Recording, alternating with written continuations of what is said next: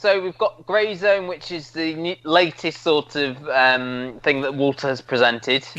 It's another Scandi drama. It focuses primarily on sort of two women who are tangentially caught up in a sort of potential Scandinavian terrorist attack. We've got a Swedish police detective called Eva, who, again, a really sort of compelling opening scene, which seems to be a sort of recurring theme here, where, you know, they pull this lorry over.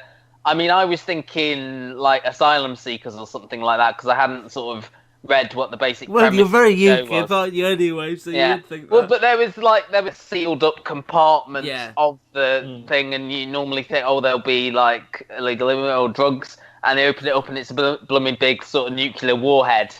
Eva becomes embroiled in the investigation, joins this team that are looking into it. There's this undercover officer who's got a past, and then there's a separate story in Denmark. We meet Victoria, played by another name I'm going to butcher, or shall I just say Katrine from Borgen? That'll help. But she plays Victoria, who's in the midst of perfecting technology of her Sparrowsat, which is a drone that is going to it's transporting crops to third world countries. That's sort of what its main aim is going to be.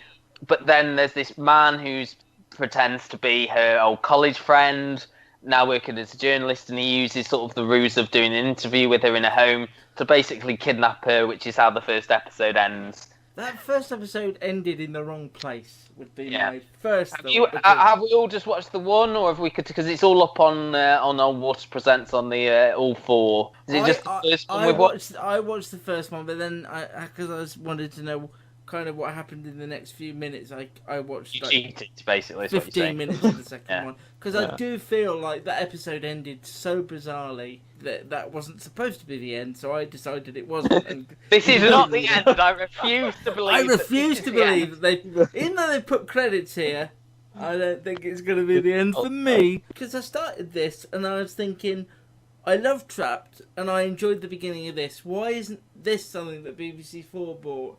You know, because Katrine from Borgen, I love her. I think she's a really interesting screen presence. I wonder why BBC4 didn't buy this. And then sort of 15, 20 minutes in, I thought, this is more of your generic ITV foreign drama where it doesn't really have much of a hook, really. Is the drone sales lady really that interesting? And I know it sounds silly me saying that episode ended in the wrong place. I'll tell you what happens in the first 5 minutes of the second episode. She's held hostage in her home, in that living room, with the guy who she invited round under the guise of a journalist, and he's there with another guy holding a gun to her face. He shows her son on the laptop who's away in Paris, and he's there on his own, and he says, I have people in Paris that will kill him if you don't go through with what I tell you to do. And he says, we're going today, I think it is, to Berlin for some reason. And then it goes on with the police investigation. So it was Berlin who originally tipped off the Swedish police to investigate the lorry, wasn't it? And that was a good place to end that first episode, saying, we're going on a journey, and if you stay in the thing, I'm gonna, have your kid disposed of. That's awful, but a better hook for a lead into the next episode. When it went policey, I was not as engaged as the policey elements in Trapped. I thought they were quite dull, and I thought the police characters were quite dull. Whenever I was with her, I was really like, this is interesting. I love Katrine from Borgen. She can do no wrong. Please don't harm her. But yeah, I don't know. I have all of them, should I wish to, as we all do on all four. But I think it's another case of another thing that Walter has presented that isn't quite up to standard, or up to my standard of foreign drama. But let's just say, before we start, it wasn't awful, and I think it doesn't help that we watched Trapped as well, and that is now the thing we compare everything else to. How did you get on reading this?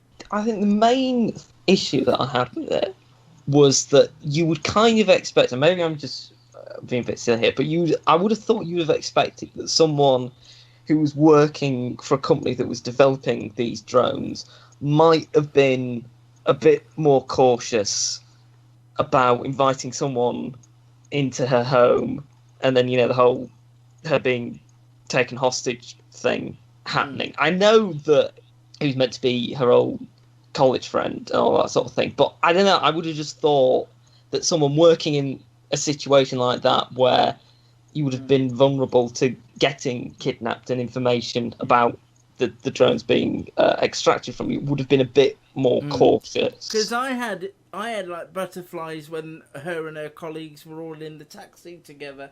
Towards the end, I thought, oh, there's going to be a big accident and she's going to get kidnapped then and grabbed out of the car. And it was all very telegraphed, because whenever that character came on screen, there was slightly suspicious music playing. And, he was an Asian gentleman, and you're thinking... You're very UKIP today, man. but he was an Asian gentleman. It would have been good if it was a white character instead of, another, who I'm assuming at this stage is a Muslim terrorist. Yeah. It felt very 24 to me. Yeah. It seemed obvious where it was going, that this woman is going to be ended up, in some level of peril. And I agree with you. Well, she was the more interesting character of the two, because the other end was sort of generic policey, even though there's this intrigue over the male cop, that there's some sort of past, that there's obviously someone who's in witness protection that he's not allowed to see. That's what I read when his boss went to pick him up from the soup kitchen, and there was that odd scene where he was chopping carrots. Yeah. Are we going to continue with this, anyone? Or Luke sort of did and then didn't. Yeah. Well, no, I wanted a proper ending. Besides Grace. And with carrots, I mean, you can't go wrong with carrots. I've said this before, that the Walter Presents model, for me as a TV viewer, doesn't work, because now Grey Zone is all there online. It's not on TV, it's all there online. So you're not going to see people on social media or things going, that episode of Grey Zone where ... happened was really intriguing, didn't see it happening. It's sort of hidden away online, where someone might happen upon it and watch it and enjoy it, but you'll never have that conversation around it. Whereas something like Baptiste, although I don't think I'm going to continue, you're going to at least see people's reactions to it, and they're either going to be like mine, going, this is a bit of a damp squib, or they're going to go, wow, that took a turn I wasn't expecting, and it might intrigue me to carry on. So if you want to, though, all 4 is where you go for the rest of Grey Zone. No hyphen. Mistake? I think so. It's all one word. It's there on all 4 now as part of Walter Presents.